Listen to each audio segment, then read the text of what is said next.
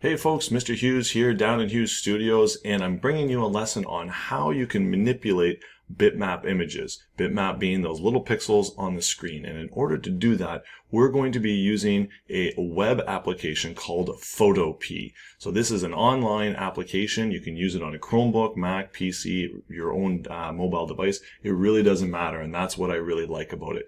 Now, in order to manipulate an image, we're going to have to learn how to open them, how to create them, and how to save them. And I'm going to show you all of that here in this video. So let's get started.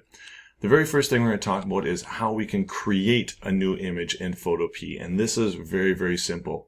Simply click on File and then New, and that's going to give you all of the options. Now, what I really like about this application is it gives you templates as well. So the very first thing you can look at is if you want to make a Facebook cover page, so a lot of social media stuff in here, a YouTube cover, a Twitter profile, and I'm sure that they're going to, even Instagram right here, and I'm sure that they're going to expand it as social media becomes more popular. You'll probably see those in here as well. If you're doing print templates, those are here as well. So 8.5 by 11 being a very popular print size, so on and so forth. Are you making images? So 4 by 6s, 5 by 7s, those are all in here as well. You get the idea.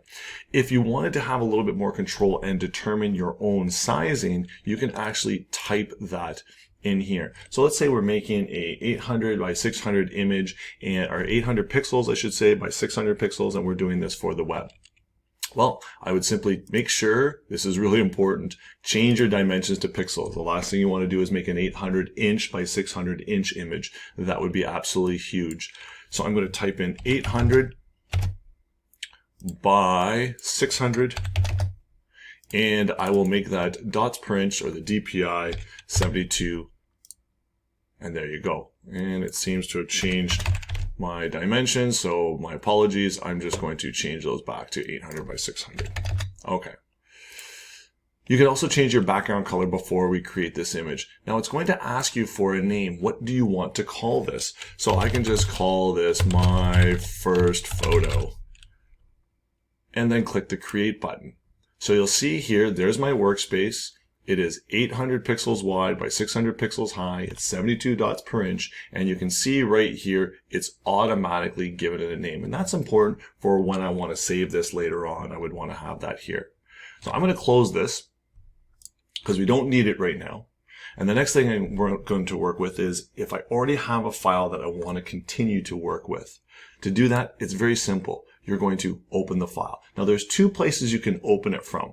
If you are on a desktop computer, you can open it from your desktop. So I want to bring in a file. It's a file that I have saved. So for instance, if I click open here, you can see there are my files there, and I could choose one to actually bring in to Photopea and manipulate. The other option you have is you can open from a URL.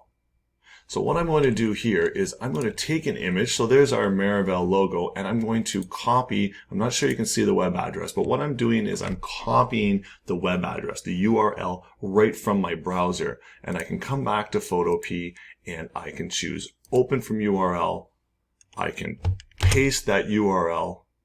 Again, where do you want to place it? Do you want to open it into a brand new project, which I do, or you can incorporate it into a project that you're already working on, and I click OK.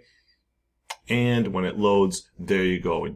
Now I can actually start manipulating this if I wanted to. So we now know how to open a file. We know how to create a file. As you're working with it, you really don't want your computer to crash, to lose everything, or you don't want to lose internet connection and find out that you can't save it anymore. So it's a really good idea to save as you're going along, not only at the end of the project. What I'm going to do here is I could choose File, Save as PSD. Okay, and what that will do is that will allow me to save it to my computer. Now, if you are on a Chromebook, you won't have this option because you can't save it directly necessarily to the Chromebook. So what you can do is you can save it to Google Chrome, and we're going to talk about that in a minute. So my apologies, you may be able to save it to the Chromebook. I haven't fully tested that part, but I do know you can save it to Google Drive, and we'll be doing that in a minute. But in this case, I'm on my PC at home, and you can see I can save it directly to my computer, so I would download it.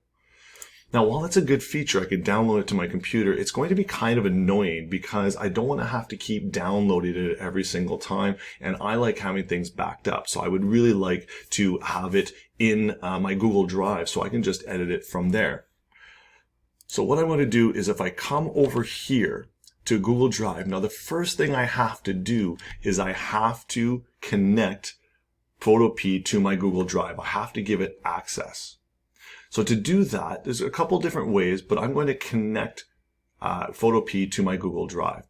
And I'm going to click the 9 buttons, my apologies, and I will scroll all the way to the bottom because Photopea isn't usually an option right here. And I'm going to click More from G Suite Marketplace.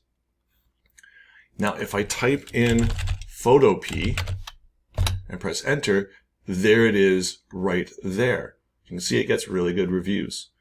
I can connect this to my Google Drive. So now when I click it, I'm going to install it. It doesn't take that long. Now it's going to need your permission to do that. So what you do is you say which account you want, and then that's it. Now I'm already logged in. That's why I could click the account and it just went. It may ask you for your credentials, or if it's your first time on that machine, it'll ask you to log in. So now that I've done that, what I can do is I've actually created a template here. I've provided it in the description down below so you can download this file or add it to your Google Drive as well. So it is a shared link there. So you can either open it in Google Drive and just move it to yours or download it, whatever you'd like to do. But now when I right click on this, I can go open with, and I can open it directly in Photopea. I don't have to download it and re-upload it. Now what I would suggest you do is, because the thing is you can't open, like you'll notice here, if I go back to Photopea, I can't just go File, Open from Google Drive. You have to open the file in Photopea from Google Drive, but then you're linked to that one file. So what I mean is I can't save it as something else in Google Drive. I always have to override that one. So what I like to do is I would create a copy of this file, and I would work with this. So every time I want to make a new file, I would go to Google Drive, I would make a copy of the template, and that's what I would edit. So let's just rename this really quickly, and I'll call this my photo. In this case, not a great file name, but we'll do that for now. And then I would right click on it and choose Open With, and I would choose Photopea. Now what's going to happen is it's going to open up in Photopea,